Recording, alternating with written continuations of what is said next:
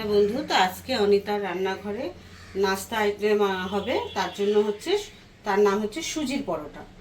তা দেখুন সুজির পরোটায় আমি কী কী করেছি।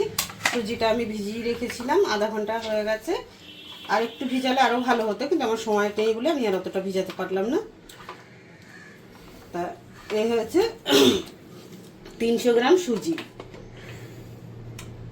এখানে গ্রেট করে রেখেছিলাম এই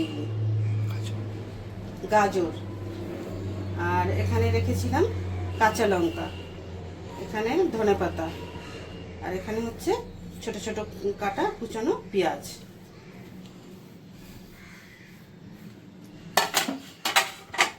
এবার দেবেন পরিমাণ মতন নুন,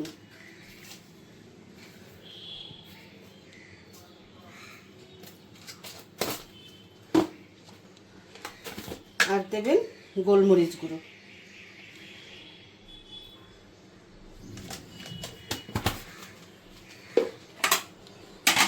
এবার এটাকে ভালো করে মাখিয়ে নিতে হবে। যাতে এইভাবে মাখালে ঠিক মতনই হয় না, হাত দিয়ে মাখালে এটা ভালো করে মিক্স দিয়ে এটার সঙ্গে পুরোটা এটা ভালো করে মাখিয়ে নিয়ে এইভাবে করে।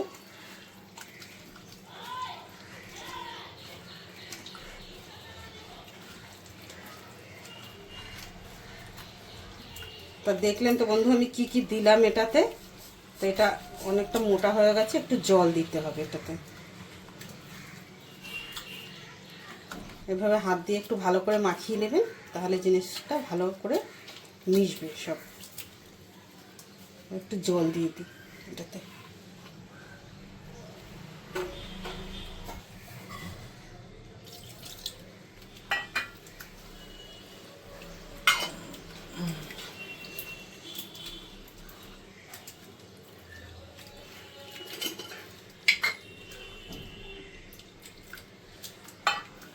ব্যাটারটা আবার বেশি মোটা থাকলে তাহলে পরোটাটা আবার ভালো হবে না। মোটা মোটা হলে সে জিনিসটা ভালো লাগবে না, একটু পাতলা পাতলা থাকলে ভালো লাগবে খেতে। দেখেন এইভাবে আমি মাখিয়ে নিলাম ভালো করে।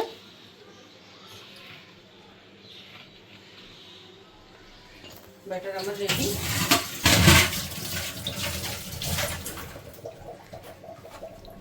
এবার এদিকে আমি তাওয়াটাও বসিয়ে দিয়েছি।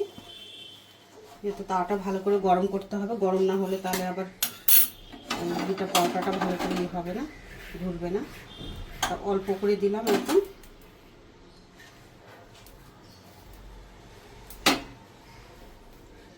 এতটা লাগে না ঘি, এটা আমি পুরোটাই ঘি দিয়ে করলাম। আপনারা চাইলে সাদা তেল দিয়ে করতে পারেন, যেহেতু প্রথম বলে তার জন্য আমি ঘিটা একটু বেশি দিলাম এখানে।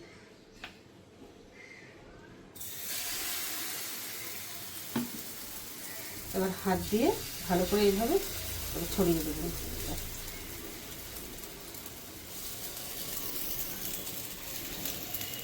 সুজিটা আরেকটু ভিজলে ভালো হতো, কিন্তু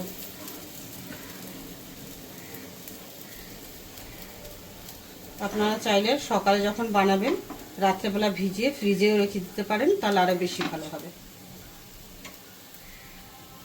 হ্যাঁ বন্ধু, তো আমার পরোটাটার একটা সাইড হয়ে গেছে। এবার উপর থেকে আমি সামান্য একটু ঘি দিলাম, দিয়ে এবার এটাকে ভালো করে ঘুরিয়ে দিলাম।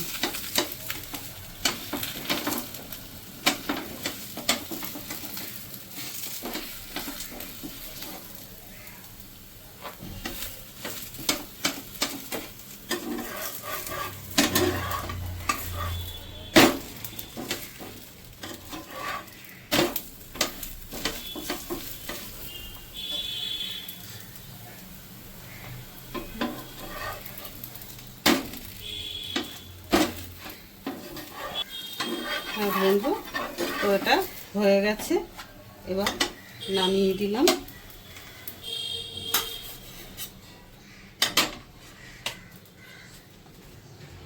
বন্ধু আমার পরোটা রেডি। এবার গরম গরম পরিবেশন করব টমেটো সস দিয়ে।